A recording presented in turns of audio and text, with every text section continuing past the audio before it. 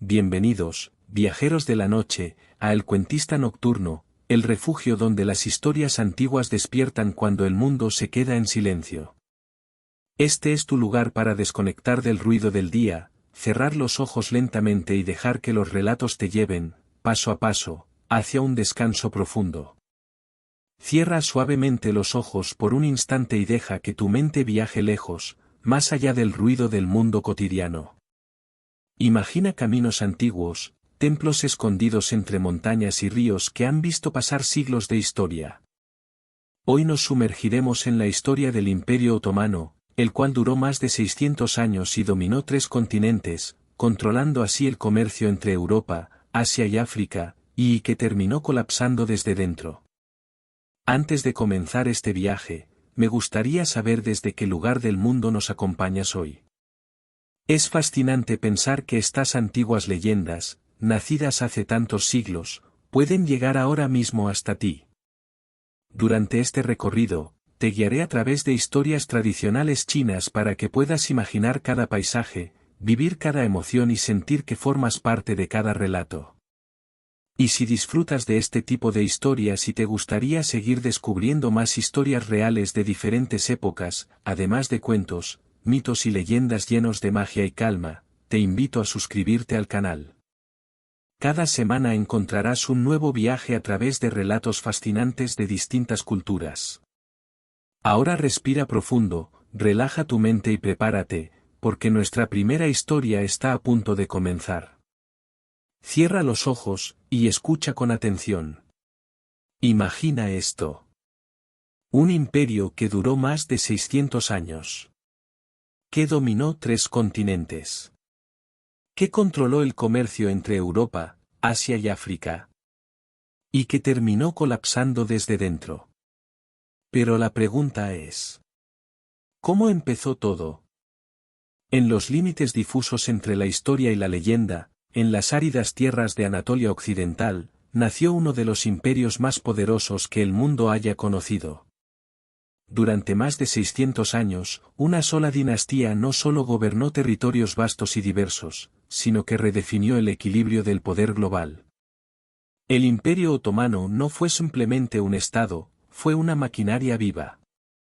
Una estructura política, militar y cultural que conectó Oriente y Occidente, que controló las rutas comerciales más codiciadas del planeta y que sembró temor en las cortes de Europa. Pero todo comenzó de forma mucho más humilde. A finales del siglo XIII, el mundo islámico estaba fragmentado. El antiguo poder del califato abasí había colapsado tras las invasiones mongolas, y Anatolia se encontraba dividida en pequeños principados turcos conocidos como beyliks. En ese contexto emergió una figura, Osmani. No era un rey en el sentido tradicional. No poseía grandes ciudades ni ejércitos formales. Era el líder de una pequeña tribu de guerreros nómadas, asentados en la frontera entre el mundo islámico y el debilitado imperio bizantino. Y sin embargo, tenía una visión.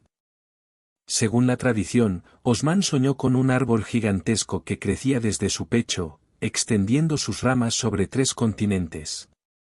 Este sueño sería interpretado como una señal divina. Su linaje estaba destinado a gobernar. Y así comenzó todo.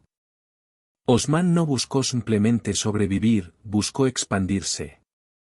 Sus primeras conquistas fueron modestas, pero estratégicas. Atacaba territorios bizantinos debilitados, aprovechando la decadencia interna de Constantinopla. No luchaba solo por territorio, sino por legitimidad. Se presentaba como un líder de la Gaza, una guerra santa fronteriza que atraía guerreros, aventureros y fanáticos religiosos a su causa. Poco a poco, su pequeño principado comenzó a crecer. No por casualidad, sino por diseño. A diferencia de otros líderes de su tiempo, Osmán comprendió algo fundamental: no podía gobernar solo con la espada. Necesitaba construir un sistema. Un sistema que integrara diferentes pueblos, religiones y culturas bajo una misma autoridad. Cuando Osmán murió alrededor del año 1326, dejó más que un territorio, dejó una estructura en expansión. Su hijo, Orhan, heredaría no solo el poder, sino la misión. Bajo Orhan, el incipiente Estado otomano comenzó a transformarse en algo mucho más sofisticado. Se estableció una capital en Bursa, una ciudad que pronto se convertiría en el corazón administrativo y económico del nuevo poder. Se organizaron las primeras instituciones estatales, se acuñó moneda propia, y lo más importante, se comenzó a formar un ejército permanente. Este fue un momento clave. Porque mientras Europa aún dependía de ejércitos feudales y lealtades cambiantes, los otomanos estaban creando una estructura militar disciplinada y centralizada. Era el inicio de una ventaja que cambiaría la historia. Pero el verdadero punto de inflexión aún estaba por llegar. En 1354, un evento inesperado alteró el destino del imperio, un terremoto devastó la ciudad bizantina de Gallipoli. Los otomanos aprovecharon el caos. Cruzaron por primera vez a Europa. Lo que comenzó como una incursión temporal se convirtió en una ocupación permanente. Era el primer paso hacia la conquista de los Balcanes. Y también el inicio del terror en Europa occidental. Las potencias cristianas no comprendieron inmediatamente la magnitud de lo que estaba ocurriendo. Para ellos, los otomanos eran simplemente otro grupo de invasores fronterizos. No entendían que estaban presenciando el nacimiento de una superpotencia. Mientras tanto, los sucesores de Osmán continuaban expandiendo el territorio con una mezcla letal de estrategia militar, diplomacia y adaptación cultural. No destruían todo a su paso. Absorbían. Administraban. Reorganizaban. Permitían que diferentes religiones coexistieran bajo su dominio, siempre que reconocieran la autoridad del sultán y pagaran tributo. Este modelo no solo evitaba rebeliones, sino que fortalecía el imperio desde dentro.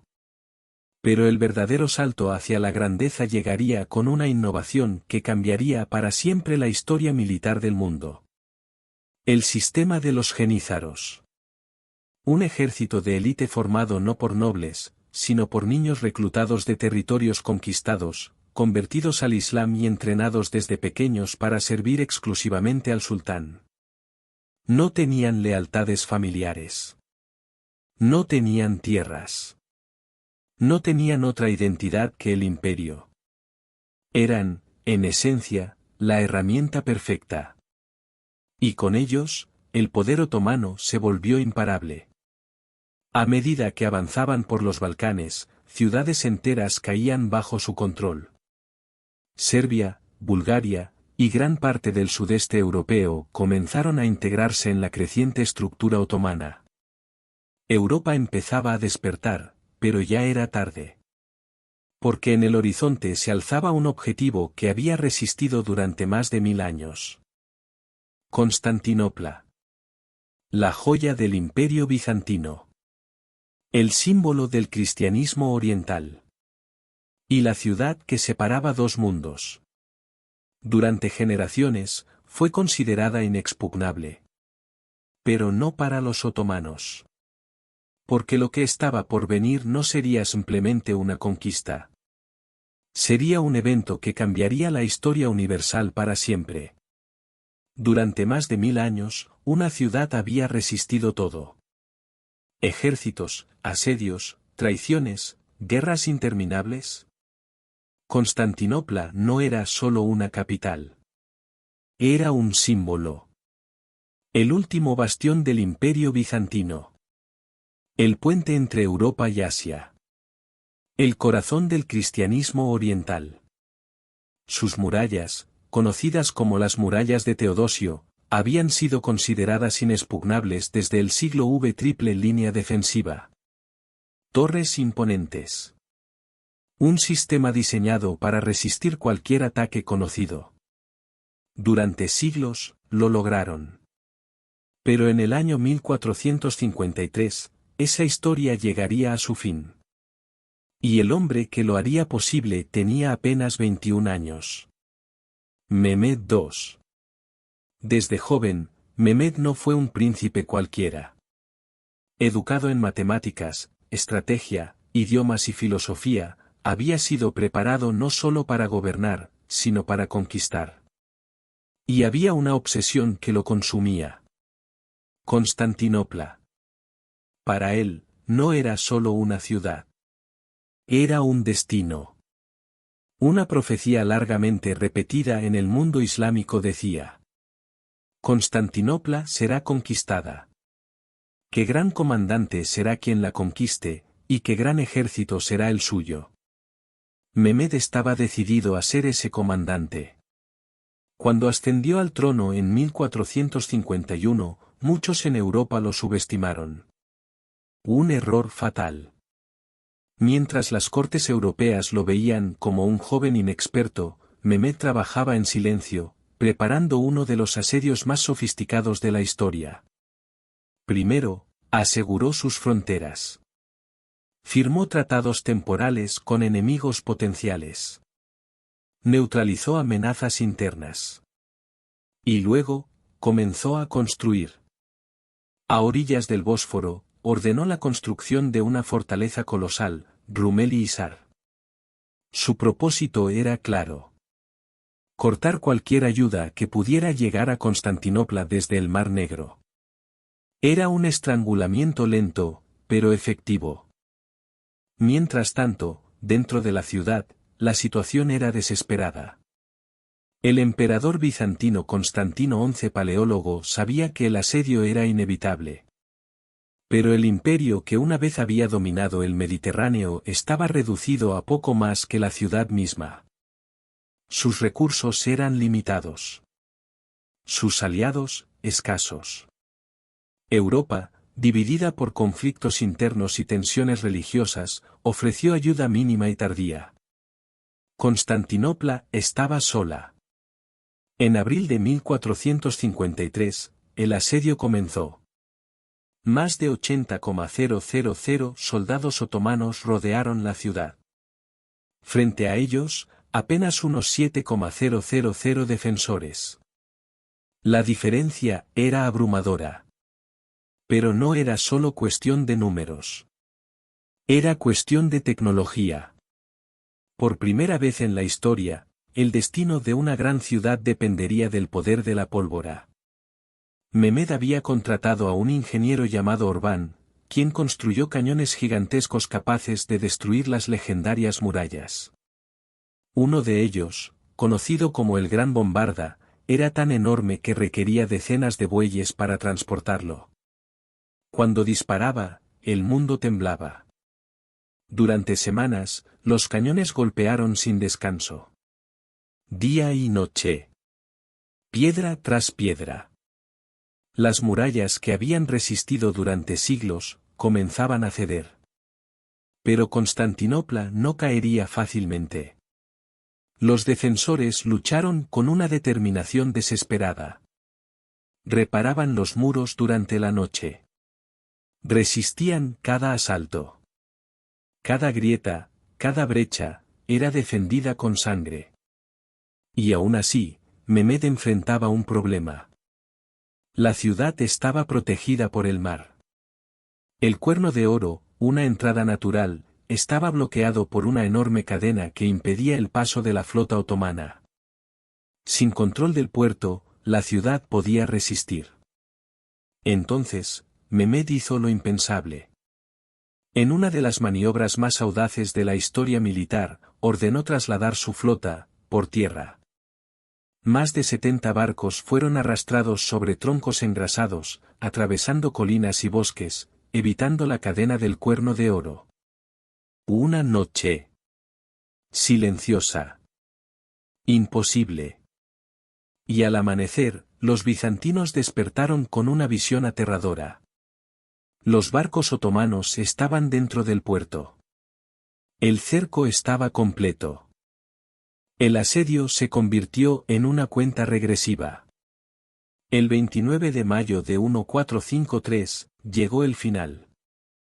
Antes del amanecer, Mehmed lanzó el ataque final. Oleada tras oleada de soldados avanzaron hacia las murallas. Primero, tropas irregulares. Luego, unidades más disciplinadas.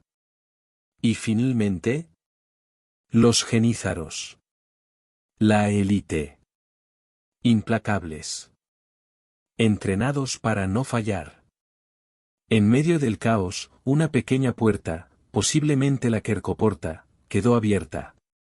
Fue suficiente. Los otomanos lograron penetrar las defensas. La ciudad había sido vulnerada. Dentro de las murallas, la lucha fue brutal. Cuerpo a cuerpo. Sin retirada. Sin esperanza. El emperador Constantino XI luchó hasta el final. Se quitó las insignias imperiales y se lanzó al combate. Nunca se encontró su cuerpo. Con su muerte, el imperio bizantino dejó de existir. Constantinopla había caído. Después de más de 1000 años. Pero Mehmed no destruyó la ciudad. La reclamó. Entró en ella no como un saqueador, sino como un conquistador con visión. Ordenó detener el saqueo tras unas horas. Protegió estructuras clave. Y se dirigió a uno de los edificios más emblemáticos del mundo. Santa Sofía. Allí, transformó la catedral en mezquita. No como un acto de simple destrucción, sino como una declaración de poder.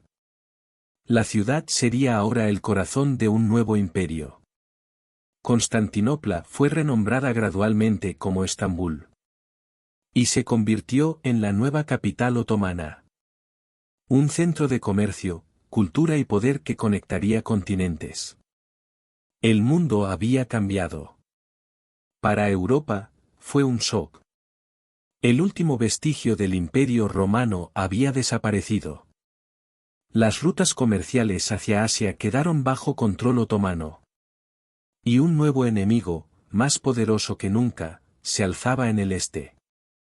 Para el Imperio Otomano, en cambio, fue solo el comienzo. Porque con Constantinopla en sus manos, ya no eran un principado en expansión. Eran una superpotencia. Y el hombre que lo hizo posible pasaría a la historia como Mehmed el Conquistador. Pero conquistar una ciudad no es lo mismo que gobernar un imperio. Y lo que vendría después no serían solo victorias, sino intrigas, poder absoluto, traiciones y un sistema político tan complejo como implacable. Porque en el corazón del imperio, el verdadero juego apenas comenzaba. Tras la caída de Constantinopla, el mundo contuvo la respiración. El Imperio Otomano ya no era una amenaza emergente. Era una realidad imparable. Convertida en Estambul, la antigua capital bizantina se transformó en el corazón palpitante de un nuevo orden mundial. Desde allí, los sultanes otomanos gobernaban territorios que se extendían entre 2 continentes, y pronto serían 3. Pero el verdadero apogeo aún estaba por llegar. Y llevaría el nombre de un solo hombre. Solimán, conocido en Occidente como Solimán el Magnífico. Y en Oriente como Kanuni, el legislador. Cuando Solimán ascendió al trono en 1520, heredó un imperio poderoso. Pero no le bastaba con mantenerlo. Quería perfeccionarlo. Expandirlo. Eternizarlo. Desde el inicio de su reinado, dejó claro que no sería un gobernante pasivo. Era un estratega brillante, un administrador meticuloso, y sobre todo, un símbolo viviente del poder absoluto. Bajo su mando, el Imperio Otomano alcanzaría su máxima extensión territorial, su mayor estabilidad interna y su más alto nivel cultural. Era el inicio de una era dorada. Su primera gran acción fue una declaración de intenciones. En 1521, lanzó una ofensiva contra el Reino de Hungría y conquistó Belgrado, una fortaleza clave que durante décadas había bloqueado el avance otomano hacia Europa central. Con esa victoria, la puerta hacia el corazón de Europa quedó abierta. Y Solimán no dudó en cruzarla. En 1526, tuvo lugar una de las batallas más decisivas de la historia europea. La batalla de Mohacs. El ejército húngaro, liderado por el rey Luis II de Hungría, se enfrentó a las fuerzas otomanas en una llanura que pronto se convertiría en un campo de destrucción total. El resultado fue devastador. En apenas unas horas, el ejército húngaro fue aniquilado. El propio rey murió en la retirada. Hungría quedó prácticamente desintegrada como reino independiente. Europa comenzaba a comprender que el Imperio Otomano no era invencible, pero estaba peligrosamente cerca de serlo. Con Hungría debilitada, Solimán avanzó aún más. Su mirada se dirigía hacia un objetivo simbólico y estratégico. Viena. La capital del Sacro Imperio Romano Germánico. El corazón político de Europa Central. En 1529, las tropas otomanas llegaron a sus puertas. El mundo observaba. Si Viena caía, el equilibrio de poder en Europa cambiaría para siempre. El sitio de Viena de 1529 fue brutal. Los otomanos desplegaron toda su maquinaria de guerra. Artillería, ingenieros, jenízaros. Pero esta vez, algo fue diferente. El clima, la logística y la feroz resistencia europea jugaron en contra de Solimán. Después de semanas de combate, el asedio fracasó. Fue una retirada estratégica, pero también una señal. El imperio había alcanzado un límite. Al menos, por ahora. Pero el poder de Solimán no se definía solo por sus conquistas. Su verdadero genio residía en su capacidad para gobernar. Porque dominar un territorio es una cosa. Pero administrar un imperio diverso, vasto y complejo. Eso es otra completamente distinta. El Imperio Otomano bajo Solimán era un mosaico de culturas, religiones y lenguas. Musulmanes, cristianos, judíos. Todos coexistían bajo un sistema cuidadosamente estructurado. Este sistema, conocido como el millet, permitía a las diferentes comunidades religiosas gobernarse a sí mismas en asuntos internos, siempre que reconocieran la autoridad del sultán. No era igualdad. Pero era estabilidad. Y en un mundo lleno de guerras religiosas. Eso era poder. Solimán también transformó el sistema legal del imperio. Codificó leyes. Organizó la administración. Estableció normas que regularían la vida de millones de personas durante generaciones. Por eso, en el mundo islámico no es recordado solo como conquistador, sino como legislador. Un arquitecto del orden. Mientras tanto, su ejército seguía siendo el más temido del mundo. Los jenízaros, en su apogeo, eran una fuerza prácticamente imbatible. Disciplinados, leales, modernos en su uso de armas de fuego. Eran la columna vertebral del poder otomano. Pero también una futura amenaza. En el mar, el imperio también alcanzó la supremacía. Bajo el mando de almirantes como Barbarroja y Hayreddin Pasha, la flota otomana dominó el Mediterráneo oriental. Las rutas comerciales estaban bajo su control. El comercio entre Europa, Asia y África fluía a través de territorios otomanos. La riqueza era inmensa. El imperio no solo conquistaba, controlaba. Y sin embargo, detrás de esta imagen de poder absoluto, comenzaban a gestarse tensiones. Porque en el centro del imperio, lejos de los campos de batalla, existía otro escenario de poder. El Palacio Imperial. Dentro del Palacio de Topkapi, se desarrollaba un juego mucho más silencioso, pero igual de letal. Intrigas. alianzas, traiciones. Y en el centro de todo, el harén imperial. Aquí entra una figura que cambiaría la historia del imperio desde las sombras. Hurrem Sultán, conocida en Occidente como Roxelana. No era de sangre noble. No nació en la élite. Pero logró lo imposible. Se convirtió en la esposa oficial de Solimán. Y en una de las mujeres más influyentes del poder otomano. Su ascenso marcó un cambio profundo. Por primera vez, el harén no era solo un espacio privado. Era un centro de poder político. Decisiones, influencias y estrategias comenzaban a surgir desde sus muros. Lo que ocurría dentro del palacio afectaba todo el imperio. Pero el poder tiene un precio. Y en el Imperio Otomano, ese precio muchas veces era la sangre. La sucesión al trono no seguía reglas claras. Los hijos del sultán no heredaban automáticamente. Competían. Y el ganador eliminaba a los demás. Durante el reinado de Solimán, esta brutal tradición alcanzó uno de sus momentos más trágicos. Su propio hijo, Mustafa, fue ejecutado bajo sospechas de conspiración. Un príncipe popular.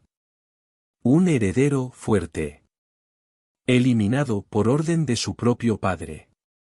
El mensaje era claro. En el Imperio Otomano, el poder no se heredaba. Se sobrevivía.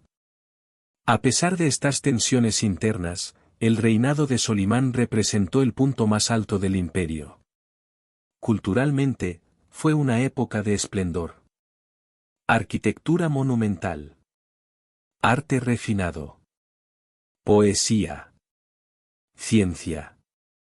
La ciudad de Estambul se convirtió en una de las más impresionantes del mundo. Un símbolo de riqueza, sofisticación y poder. Pero incluso en su máximo apogeo, las semillas del declive ya estaban plantadas. El tamaño del imperio lo hacía difícil de controlar. La corrupción comenzaba a infiltrarse. Los genízaros, antes leales, empezaban a acumular poder propio. ¿Y el sistema que había sido diseñado para mantener el equilibrio? Comenzaba a tensarse. En 1566, durante una campaña militar en Hungría, Solimán el Magnífico murió. Lejos de la capital. Lejos de su palacio. Pero en el lugar donde siempre se sintió más vivo. El campo de batalla. Con su muerte, terminó una era. La era dorada. El momento en que el Imperio Otomano fue, sin discusión, la mayor potencia del mundo. Pero lo que vino después no sería una caída inmediata. Sería algo mucho más complejo. Más lento. Más silencioso. Un deterioro que comenzaría desde dentro. Porque el imperio que parecía invencible estaba a punto de enfrentarse a su enemigo más peligroso. Él mismo. En la superficie, el Imperio Otomano brillaba como oro bajo el sol. Ejércitos invencibles. Ciudades monumentales. Riquezas incalculables. Pero lejos de los campos de batalla y de las rutas comerciales. En el corazón mismo del poder. Existía otro imperio. Uno silencioso. Invisible. Y profundamente peligroso. El centro de ese mundo era el Palacio de Topkapi, en Estambul. Un complejo vasto, laberíntico, diseñado no solo para gobernar, sino para controlar. Cada pasillo, cada puerta, cada cámara, tenía un propósito. Porque en el Imperio Otomano, el poder no solo se ejercía, se vigilaba. Y dentro de Topkapi, existía un espacio envuelto en misterio, deseo y miedo. El harén imperial. Durante siglos, Occidente lo imaginó como un lugar de placer y lujo. Pero la realidad era mucho más compleja. Y mucho más oscura. El harén no era simplemente un conjunto de concubinas. Era una institución política. Un centro de influencia. Un campo de batalla sin espadas. Aquí vivían las mujeres del sultán. Concubinas, esposas, madres, hermanas. Pero también sirvientas, educadoras y figuras estratégicas. Cada una con un rol. Cada una con ambiciones. Porque en este espacio cerrado se decidía el futuro del imperio. En la cúspide de este sistema se encontraba una figura clave. La valide sultán. La madre del sultán. Su autoridad era inmensa. Controlaba el harén. Influía en decisiones políticas. Y, en muchos casos, gobernaba desde las sombras. Este fenómeno daría lugar a un periodo conocido como el Sultanato de las Mujeres. Un momento en la historia otomana donde figuras femeninas ejercieron un poder directo sobre el imperio. No desde el trono, sino desde detrás de él. Mujeres como Kösem Sultán y Turan Sultán se convirtieron en piezas fundamentales del gobierno. Manipulaban alianzas. Influían en nombramientos. Y, en ocasiones, determinaban quién vivía y quién moría. Porque en el Imperio Otomano, la sucesión al trono no era un proceso pacífico. Era una guerra silenciosa. A diferencia de otras monarquías, no existía una regla fija de primogenitura. Todos los hijos del sultán eran potenciales herederos. Y eso significaba solo una cosa: competencia. Desde temprana edad, los príncipes eran enviados a gobernar provincias. Allí aprendían a liderar. A administrar. Pero también a prepararse para lo inevitable. Cuando el sultán moría, comenzaba la carrera. El primero en llegar a la capital tomaba el trono. Y luego eliminaba a sus hermanos. Este sistema, brutal pero efectivo, tenía un objetivo claro: evitar guerras civiles. Pero el precio era alto. Demasiado alto. La práctica del fratricidio se institucionalizó. Era legal. Era esperado. Era parte del sistema. Uno de los ejemplos más extremos ocurrió con Mehmed III, quien, al ascender al trono en 1595, ordenó la ejecución de 19 de sus hermanos. Todos estrangulados. En una sola noche. El mensaje era inequívoco. El poder absoluto no permitía rivales. Ni siquiera dentro de la misma sangre. Pero con el tiempo, este sistema comenzó a cambiar. No por compasión, sino por necesidad. Los príncipes dejaron de ser enviados a provincias. En su lugar, fueron confinados dentro del palacio. En una sección conocida como la jaula, cafés. Aislados del mundo. Sin experiencia de gobierno. Sin contacto real con la política o el ejército. Vivían bajo vigilancia constante. Esperando. Esperando el día en que serían llamados al trono. O ejecutados. Este aislamiento tuvo consecuencias devastadoras. Muchos sultanes ascendieron al poder sin preparación. Sin estabilidad emocional. Sin comprensión del imperio que debían gobernar. Y mientras el liderazgo se debilitaba, otros actores comenzaban a llenar el vacío. El gran visir, por ejemplo, se convirtió en una figura cada vez más poderosa. Era el administrador principal del imperio. el encargado de ejecutar decisiones. Y en muchos casos, el verdadero gobernante. Pero incluso el gran visir no estaba a salvo. Su posición dependía completamente de la voluntad del sultán. O de las influencias dentro del harén. Podía ascender rápidamente. Y caer aún más rápido. La corrupción comenzó a infiltrarse en todos los niveles. Cargos vendidos. Favores intercambiados. Decisiones basadas en intrigas, no en mérito. Y en medio de todo esto, los genízaros. Una vez, la fuerza más disciplinada y leal del imperio. Ahora, un grupo con poder propio. Con el tiempo, dejaron de ser exclusivamente soldados. Se involucraron en comercio. En política. En conspiraciones. Comenzaron a resistirse a reformas. A influir en la elección de sultanes. Incluso, a derrocarlos. Se convirtieron en una fuerza impredecible. Indispensable, pero peligrosa. El sistema que había sido diseñado para garantizar estabilidad comenzaba a desmoronarse desde dentro. Las decisiones ya no se tomaban por estrategia, sino por supervivencia. El miedo se convirtió en una herramienta de gobierno.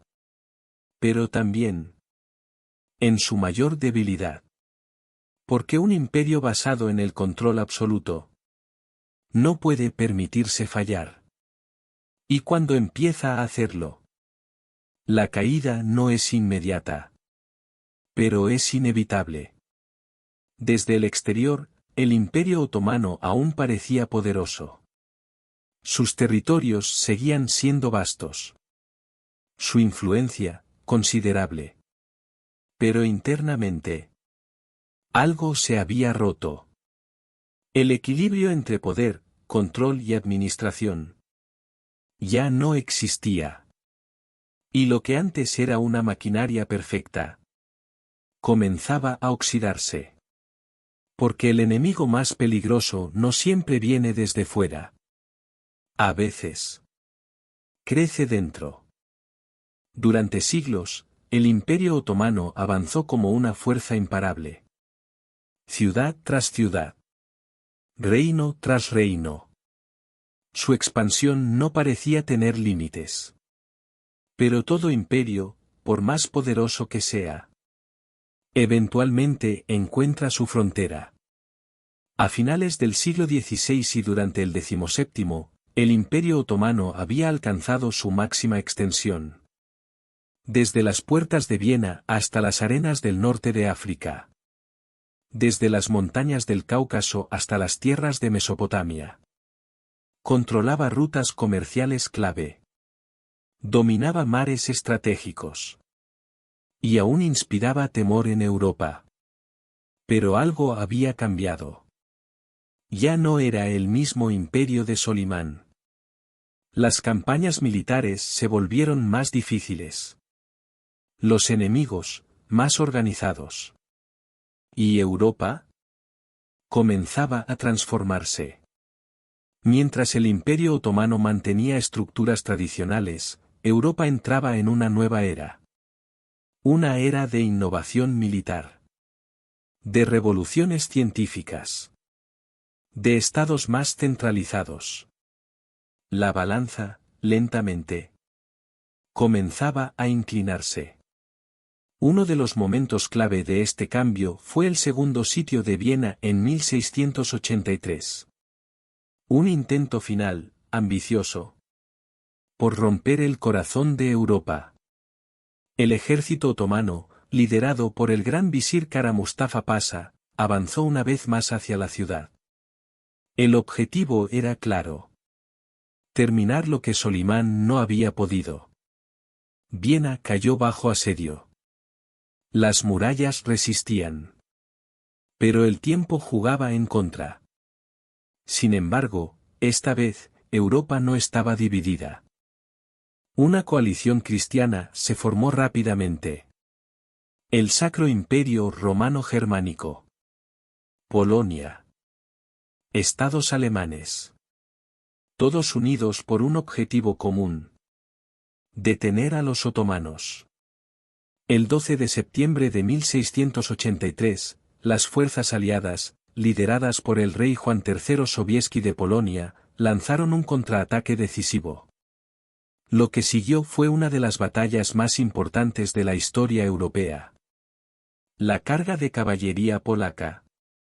Una de las más grandes jamás vistas. Rompió las líneas otomanas. El ejército otomano colapsó. El asedio fracasó. Y con él se desvaneció el sueño de conquistar Europa central. Pero esta derrota no fue solo militar. Fue simbólica. Por primera vez en siglos. El Imperio Otomano no estaba avanzando. Estaba retrocediendo. A partir de ese momento, comenzó una nueva fase. La resistencia. Europa no solo se defendía.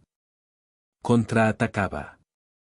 La Liga Santa, formada tras la victoria en Viena, lanzó una serie de ofensivas contra el imperio. Territorios que habían estado bajo dominio otomano durante generaciones comenzaron a perderse. Hungría fue recuperada. Los Balcanes se convirtieron en un campo de batalla constante. El control otomano empezaba a fragmentarse. En 1699, el imperio firmó el Tratado de Karlowitz. Un acuerdo que marcó un antes y un después. Por primera vez, el Imperio Otomano cedía grandes territorios a potencias europeas. No como estrategia, sino como necesidad. Era el reconocimiento de una nueva realidad. El imperio ya no era invencible. Mientras tanto, en el mar, el equilibrio también cambiaba. Potencias como Venecia y más tarde otras fuerzas europeas comenzaron a desafiar el dominio otomano en el Mediterráneo. Las rutas comerciales, antes controladas casi por completo por el imperio, ya no eran exclusivas. Y en el este, otro enemigo emergía con fuerza. El Imperio ruso. Bajo gobernantes como Pedro el Grande, Rusia comenzó a expandirse hacia el sur. Buscando acceso a mares cálidos. Buscando poder. Los conflictos entre otomanos y rusos se intensificaron. Guerras largas. Costosas. Desgastantes. Y con cada enfrentamiento, el Imperio Otomano perdía terreno. Pero el problema no era solo externo. Porque mientras las fronteras eran presionadas desde fuera, el interior del imperio continuaba debilitándose. El sistema administrativo ya no funcionaba con la misma eficiencia. La corrupción se extendía. Los gobernadores locales actuaban con creciente autonomía. Y los genízaros ya no eran la élite disciplinada de antes. Se resistían al cambio. Se rebelaban. Interferían en la política. Lo que alguna vez fue la columna vertebral del imperio se había convertido en una carga. A pesar de todo, el Imperio Otomano seguía siendo una potencia. Pero ya no era la potencia dominante. Ahora, era un actor más en un escenario cada vez más competitivo.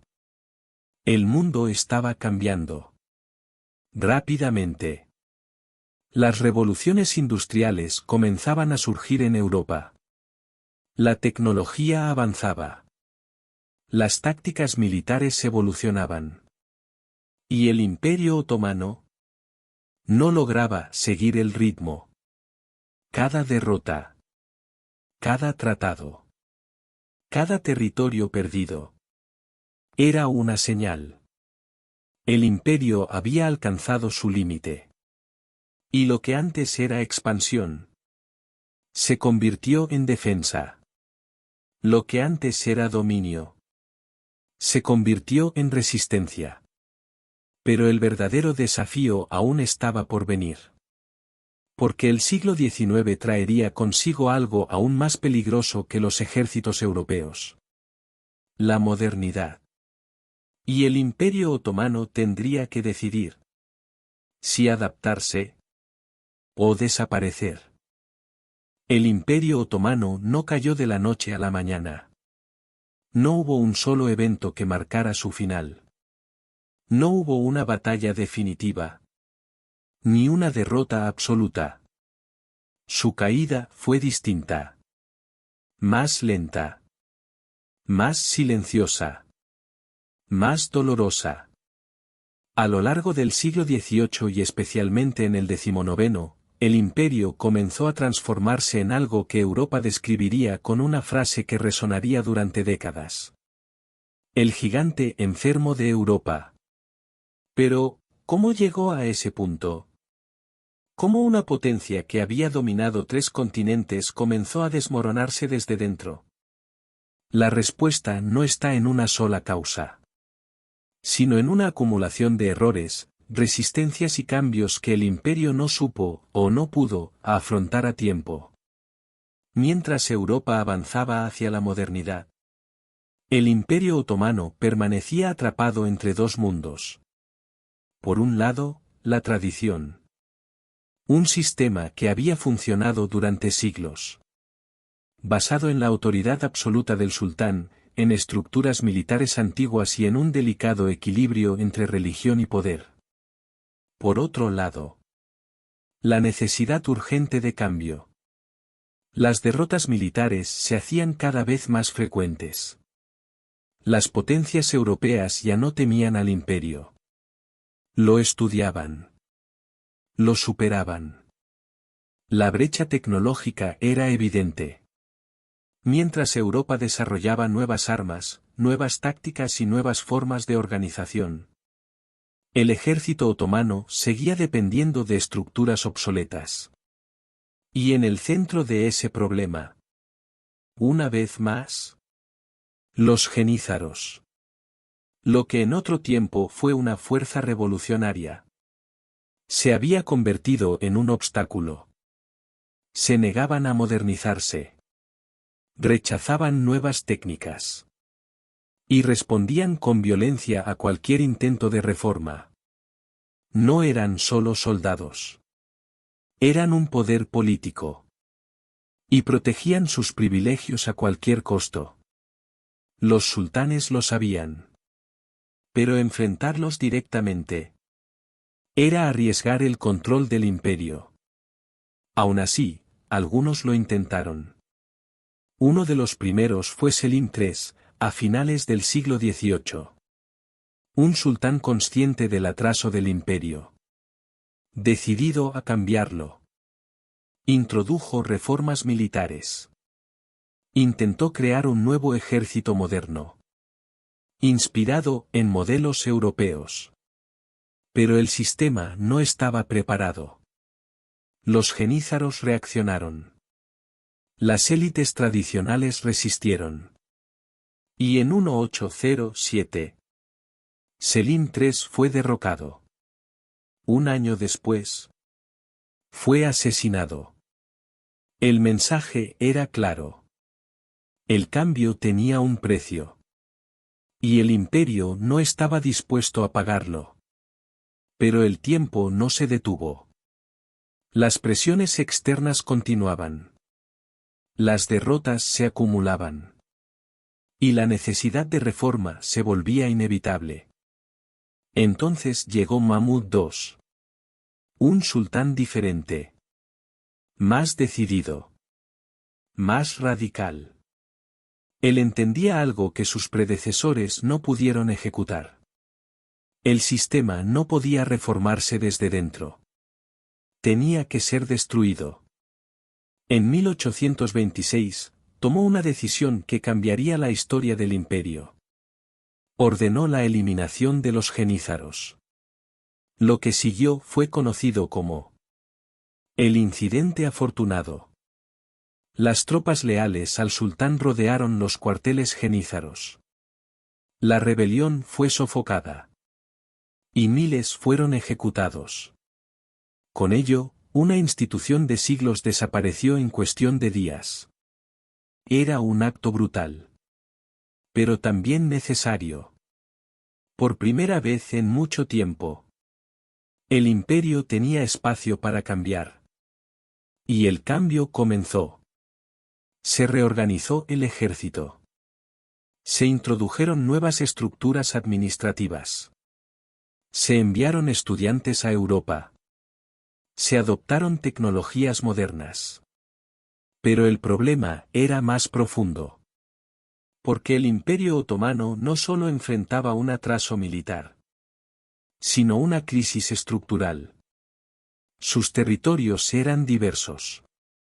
Demasiado diversos. Nacionalismos comenzaron a surgir. Pueblos que durante siglos habían vivido bajo dominio otomano. Ahora querían independencia. Grecia fue uno de los primeros. En la década de 1820, inició una guerra de independencia. Y esta vez, Europa intervino. No en contra de los otomanos, sino en apoyo de los rebeldes. En 1827, en la batalla de Navarino, las flotas de Reino Unido, Francia y Rusia destruyeron la flota otomana. Fue un golpe devastador. Grecia logró su independencia. Y con ello, se abrió una puerta que nunca volvería a cerrarse. Serbia. Bulgaria. Rumanía. Los Balcanes comenzaron a fragmentarse. El imperio perdía no solo territorios, sino identidad. Y mientras tanto, las potencias europeas intervenían cada vez más. No solo militarmente, sino económicamente. El Imperio Otomano comenzó a endeudarse. Préstamos. Intereses. Dependencia financiera. La soberanía ya no era absoluta. Y en medio de todo esto, llegaron las reformas más ambiciosas de todas. Las Tanzimat. Iniciadas en 1839, estas reformas buscaban modernizar completamente el imperio. Igualdad legal entre ciudadanos. Reorganización del Estado. Modernización educativa. Reformas fiscales. Era un intento de salvar al imperio. De adaptarlo al mundo moderno. Pero las reformas tenían un problema. Eran demasiado profundas para algunos. Y demasiado tardías para otros. Las élites tradicionales las rechazaban. Los nacionalistas las consideraban insuficientes. ¿Y Europa? Las veía como una oportunidad para influir aún más. El imperio estaba atrapado. Intentando avanzar. Mientras era tirado hacia atrás. A finales del siglo XIX, la situación era clara. El Imperio Otomano aún existía. Pero ya no dominaba. Sobrevivía. Dependía de equilibrios frágiles. De alianzas incómodas. De decisiones desesperadas. Y en el centro de todo, un último intento de control absoluto estaba por surgir. Un sultán que gobernaría con miedo, vigilancia y paranoia. Un hombre decidido a mantener el imperio unido. Sin importar el costo. Su nombre era Abdulhamid II. A finales del siglo XIX, el imperio otomano aún respiraba.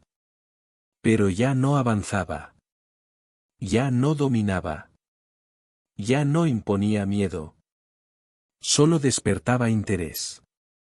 Para Europa, el imperio se había convertido en una cuestión estratégica. No se preguntaban si caería, sino cuándo. ¿Y quién se quedaría con sus restos? En medio de ese escenario incierto, en 1876, ascendió al trono un nuevo sultán. Abdulhamid II. Al principio, su llegada fue recibida con esperanza. Prometió reformas. Prometió modernización. Prometió una constitución. Y durante un breve momento, pareció que el imperio podría reinventarse. Se proclamó una constitución en 1876. Se estableció un parlamento. Se habló de derechos. De representación. De un nuevo comienzo. Pero ese momento fue efímero. La realidad golpeó rápido. En 1877, estalló la guerra ruso-turca. Y el Imperio Otomano volvió a enfrentarse a una de sus mayores amenazas. La guerra fue un desastre. Derrotas consecutivas. Territorios perdidos. Y finalmente, la firma del Tratado de San Estéfano en 1878, seguido por el Congreso de Berlín ese mismo año. Las consecuencias fueron devastadoras. El imperio perdió gran parte de los Balcanes. Nuevos estados independientes surgieron. Y las potencias europeas aumentaron su influencia directa en la región. Para Abdulhamid II, el mensaje fue claro. Las reformas no salvarían el imperio. El control sí. Ese mismo año, suspendió la Constitución. Disolvió el Parlamento. Y concentró todo el poder en sus manos. Comenzaba una nueva era. Una era de vigilancia. De miedo. De paranoia. Abdulhamid II gobernó desde el palacio de YLDZ, rodeado de seguridad extrema. Desconfiaba de todos. Ministros. Generales. Intelectuales. Incluso de su propia familia. Creó una red de espionaje interna. Informantes. Vigilancia constante. Censura. Las ideas eran peligrosas. Los libros, sospechosos. Las palabras podían costar la vida. Pero al mismo tiempo, Abdulhamid no fue un gobernante pasivo. Modernizó infraestructuras. Construyó ferrocarriles. Desarrolló sistemas de comunicación. Intentó reforzar la identidad islámica del imperio a través del panislamismo. Buscaba unir a los musulmanes bajo su autoridad como califa. Una estrategia para contrarrestar la presión europea. Pero el problema ya no era solo externo. Dentro del imperio, una nueva generación estaba emergiendo. Educados. Influenciados por ideas europeas. Nacionalistas. Reformistas. Y profundamente descontentos. Este grupo sería conocido como los jóvenes turcos. Para ellos, Abdulhamid no era la solución.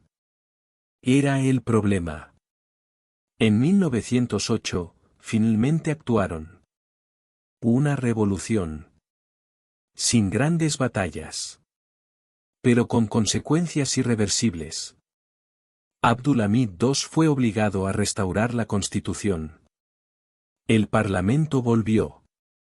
Y por un momento, pareció que el imperio podría cambiar su rumbo. Pero ya era tarde. Las tensiones internas eran demasiado profundas. Los nacionalismos, demasiado fuertes. Las presiones externas, demasiado intensas. En 1909, tras un intento de contragolpe, Abdulhamid II fue depuesto. ¿El último gran autócrata del Imperio Otomano? Había caído. Pero el imperio no se estabilizó. Entró en su fase más caótica. Los jóvenes turcos, ahora en el poder, intentaron modernizar el Estado. centralizarlo, fortalecerlo. Pero lo hicieron en un contexto imposible. Las guerras de los Balcanes, 1912-1913, fueron un golpe final. El imperio perdió casi todos sus territorios europeos. Lo que durante siglos había sido su base de expansión desapareció. Estambul ya no era el centro de un imperio europeo asiático. Era la capital de un estado en retroceso. ¿Y entonces? Llegó la guerra que cambiaría el mundo. La Primera Guerra Mundial. El Imperio Otomano tomó una decisión crucial. Aliarse con las potencias centrales. Alemania y Austria-Hungría. Fue una apuesta desesperada. Si ganaban, podrían recuperar poder. Si perdían, todo terminaría. Durante la guerra, el imperio luchó en múltiples frentes. Gallipoli. El Cáucaso. Mesopotamia. Oriente Medio. En algunos lugares, resistieron con éxito. Como en Gallipoli, 1915-1916, donde detuvieron a fuerzas británicas y aliadas. Pero en otros, las derrotas fueron inevitables. El imperio estaba agotado. Sin recursos. Sin cohesión. Y mientras luchaba en el exterior, se desmoronaba en el interior. En 1918, la guerra terminó. Y el Imperio Otomano estaba en el lado perdedor. Lo que siguió no fue solo una derrota. Fue una desintegración. Las potencias vencedoras comenzaron a dividir sus territorios. Francia. Reino Unido. Italia. El antiguo imperio fue repartido como un mapa sin dueño. En 1920, el Tratado de Sèvres formalizó esa partición. Era el final. O al menos, eso parecía. Porque de las cenizas del imperio surgiría una nueva figura. Un líder militar. Un reformador radical. Un hombre decidido a romper completamente con el pasado otomano. Mustafa Kemal Atatürk. Pero esa ya es otra historia. Lo que terminó en 1922, con la abolición del sultanato, no fue solo un imperio. Fue una forma de entender el mundo. Durante más de 600 años, el Imperio Otomano había sido puente entre civilizaciones. Centro de poder. Símbolo de continuidad. ¿Y su caída? Marcó el inicio de una nueva era. Una era de naciones modernas. De fronteras redefinidas. Y de conflictos que, en muchos casos, aún resuenan hoy. Porque el legado del Imperio Otomano no desapareció. Permanece. En la cultura. En la política. En la historia misma de 3 continentes. Y en la pregunta que siempre queda cuando un gigante cae. ¿Cómo algo tan poderoso pudo desaparecer? Y así concluye la historia de uno de los imperios más poderosos y complejos que ha visto el mundo. Desde sus humildes orígenes hasta su dominio sobre 3 continentes, y finalmente su caída inevitable, el Imperio Otomano nos recuerda que incluso las mayores potencias no son eternas. Su legado, marcado por conquistas, cultura, intrigas y transformación, sigue influyendo en nuestro presente. Gracias por acompañarnos en este recorrido histórico. Si te gustó este contenido, no olvides apoyar el canal y seguir explorando con nosotros las grandes historias que dieron forma al mundo.